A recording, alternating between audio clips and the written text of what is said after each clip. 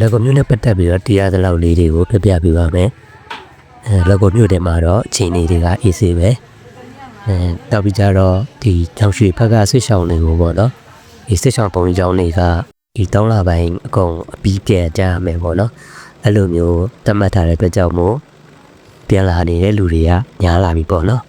ညားလာတဲ့ခါကျတော့လက်ကိုမျိုးဟာဟိုအရင်လားတွေကထက်ဆိုင်ရင်ခုရှိမှတော့ပို့ပြီးတော့မှစီလာတယ်နောက်တော့ခုတို့နက်တော်တို့ဘိုင်းလုံးတို့အဲ့နေရာအချို့ကိုလည်းပြန်ပြီးတော့ဘယ်လိုခေါ်မလဲပေးဝင်ကြည့်ပြီပေါ့နော်ပေးဝင်ကြည့်ပြီဆိုတော့တိတ်မကြခင်လဲနေထိုင်ခွင့်ရတော့မယ်လို့တော့ထင်တာပဲလောလောဆယ်တော့နေထိုင်ခွင့်တော့မပြုသေးဘူးပေါ့နော်ဒါပေမဲ့အခုတော့ကြမဲ့လူတွေအနေနဲ့နာမည်စင်းတွေတော့ပေးဖို့လိုတယ်လက်စင်မီကတော့24နာရီလာတယ်တော့ပြီးကြတော့စစ်မှုထမ်းတာတွေနဲ့ပတ်သက်ပြီးတော့လဲလက်ခေါ်မှာတော့မကြားရသေးဘူးဒါပေမဲ့ကျွန်တော်ဒီအတက်တွင်းပြီးရဲ့နောက်ပိုင်းမှာစစ်မှုထမ်းခိုင်းတာတွေပါရှိရင်တော့ပြောတတ်ဘူးပေါ့နော်လောလောဆယ်တော့ဒီတခြားမျိုးတွေတက်ဆိုင်ရင်တော့စစ်မှုထမ်းခေါ်တာတွေမကြသေးဘူးပေါ့နော်နောက်အမင်းများကြတဲ့ဒီမတ်ပုံတင်တွေပါတယ်ပြန်လုပ်ပေးပြီလားဆိုတော့မတ်ပုံတင်တဲ့အိမ်တော်စုစင်းတွေကိုပြန်လုပ်ပေးနေပြီလို့ပြောတယ်ပေါ့နော်ပြီးဒီလဝကတွေရုံးနေတော်တော်များများကလည်းပြန်ပြီးတော့ပွင့်လို့ပွင့်လန်းတော်တော်များများလည်းပြင်ရောက်နေပြီဒါပေမဲ့ဒီ passport ရုံကတော့ဖွင့်ထားပေမဲ့ကျွန်တော်ကိုယ်တိုင်သွားလုပ်တော့ကတော့ဒီချက်ကွက်ထောက်ခံစာရဲစခန်းထောက်ခံစာနောက်တစ်ခုဘာထောက်ခံစာတော့မသိတောင်းလေးလားမှတ်တော့မှတ်မိတော့လည်းကြာသွားလို့ပေါ့နော်ဒါပေမဲ့ကျွန်တော်ကတော့ဒီရက်ကွက်ထောက်ခံစာမှာတင်တစ်လည်နေရနဲ့ကျွန်တော်မရလိုက်passport အချောင်းကျွန်တော်မတီးလိုက်ဘူးဒါပေမဲ့ကျွန်တော်နဲ့တီးတဲ့လူတွေရှောက်တဲ့တီးပြီးတော့မှနော်ရှောက်တဲ့လူတွေလည်းpassport ရတယ်လို့တော့မကြောက်ဘူးပေါ့နော်ဒါပေမဲ့ဒီဆက်လမ်းကြောင်းနဲ့ရသွားတဲ့လူတွေလည်းရှိတယ်လို့ပြောတယ်ဒါပေမဲ့ဒီ passport ရအောင်ဘယ်လမ်းကြောင်းဘယ်လိုဝင်နေဆိုတာတော့ကျွန်တော်ကိုယ်တိုင်မသိဘူးနောက်ပြီးတော့စီးုံတွေကလည်းစီးုံတွေကဖွင့်နေရကြပြီဝန်ထမ်းတွေပြန်လာတာဖြစ်တဲ့အတွက်ကြောင့်မို့သူ့ဟာနဲ့သူတော့ဒီလက်ကောအနေထားနဲ့ဆိုရင်ဝန်ထမ်းအင်အားလည်းလုံလောက်တယ်လို့ပြောရမှာပဲဒါပေမဲ့စီးဆိုင်တွေကတော့နည်းနည်းလေးရှားနေတယ်စီးတင်ယူခွင့်ကလည်းအရင်ကလိုမျိုးမရှိတာကြောင့်မလို့အရင်မရှိအောင်လို့ရှင်တာဘာကြောင့်လဲစီးတွေရဲ့ဈေးကတော့ကြီးနေမှာပဲ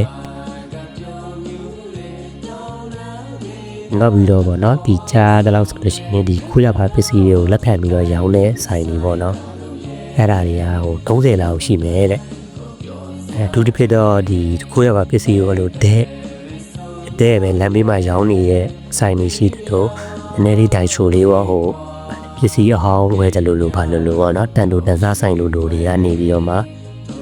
ဝယ်ပြန်ဝယ်ပြီးတော့ရောင်းနေရမျိုးလည်းရှိတယ်ပေါ့နော်တကယ်လို့ကိုယ်အိမ်ရဒီတန်တကားတွေဘာညာတွေကိုယ်အိမ်ရပစ္စည်းတူစားတွေလိုအပ်နေလို့ရှိရင်အဲ့လိုဆိုင်တွေမှာတော့ဝယ်လို့ရမယ်ပေါ့နော်အမှဈေးတက်တာမယ်ကောင်းလို့ရှိရင်ကိုယ်အိမ်ရပစ္စည်းတွေတော့မပြန်ပြီးတော့တင်ရနိုင်တယ်ပေါ့နော်ရနိုင်တယ်ဆိုတာအဆန်ပေးပြီးရမှာပါအလကားရမှာတော့မဟုတ်ပါဘူးနောက်လက်ကောပြန်ဝင်တဲ့လမ်းကလည်းeasyပါပဲဆွစီးတာတော့ရှိတယ်ပေါ့နော်ကိုကဒီနိုင်ငံရေးတွေတော်လှန်ရေးတွေနဲ့မဖတ်ထားရင်တော့easy ချောချောချူသွားလို့ရမယ်ဒါပေမဲ့လို့ဖတ်တတ်မှုနည်းနည်းလေးရှိခဲ့ရင်ပဲဖြစ်လိုရမယ်ဖုန်းထဲမှာအဲ့လိုမျိုးနဲ့ပတ်သက်ထားရှိတော့ဖြတ်ထားတာတော့အကောင်းဆုံးပဲဖုန်းတွေလည်းစစ်ဆေးတယ်လို့တော့မကြောက်ဘူးပေါ့နော်ဒါပေမဲ့စစ်ဆေးလာခဲ့လို့ရှိရင်လည်းအဆင်ပြေတာပေါ့နောက်သူတို့ကမတင်ခိုင်းရင်တော့စစ်ဆေးကောင်းစစ်ဆေးမှာပဲလေဒါကြောင့်မို့ဒီအဲ့လိုတော်လှန်ရေးတွေနိုင်ငံရေးတွေနဲ့ညှိနေမယ်လို့ထင်တဲ့အရာမှန်သမျှကိုဖြတ်တော့ပါလုံးလုံးချုံလေးတွားပေါ့နော်စစ်ပွဲတွေအနေနဲ့ကတော့ဒီဖေကုံပိုးပြဲမှာတော့နည်းနည်းကျန်းနေတယ်ပေါ့နော်ဘောလခဲမှာလည်းဖြစ်နေတယ်စာတွေလည်းထုတ်ထားတယ်ပေါ့နော်အဲ့လမ်းတွေပိတ်ထားပြီဆိုပြီးတော့ပေါ့နော်တော့ဒီမိုးဆိုနောက်ဘက်ချမ်းမှာတော့ဒီကာမီကာဆယ်ဒီလာပြီးတော့မှချဲရမျိုးတွေလိန်လာချတာမျိုးတွေရှိတယ်ဒါမဲ့ဒါတွေကလည်းဟိုတည်င်းနေမှာလို့အပြိုင်ဆိုင်တက်နေတာဖြစ်တဲ့အတွက်ကြောင့်မို့အနေနဲ့ပရှာဖိုင်ကိုတွေ့မှမလို့ကျွန်တော်မပြောတော့ဘူးဒါတွေအကုန်လုံးကဒါကျွန်တော်ကြားသလောက်တရားသလောက်ကိုဗျာကျွန်တော်တို့မိသားစုဝင်ချင်းဒီဆွေမျိုးချင်းတငယ်ချင်းတွေအဲ့လိုမျိုးပြန်ပြီးတော့မှပြောပြရတဲ့လိုမျိုးပဲကျွန်တော်ပြန်ပြောပြပေးတာပါဟိုလိုမျိုးကြီးတည်င်းရဲ့လို့လဲ မဟုတ်ဘူးပေါ့နော်ဒါပေမဲ့ကျွန်တော်မေးတော့လူတွေကတော့အတိအကျအနည်းဆက်ဆုံးသိနိုင်တဲ့လူတွေစီကအချက်လက်တွေပါဒါပေမဲ့ဘယ်လိုပဲပြောပါကျွန်တော်ပြောနေတဲ့အထက်မှာမားနေတာတွေလည်းရှိအောင်ရှိနိုင်တယ်မပြေဆုံးတာလည်းရှိမယ်ပေါ့နော်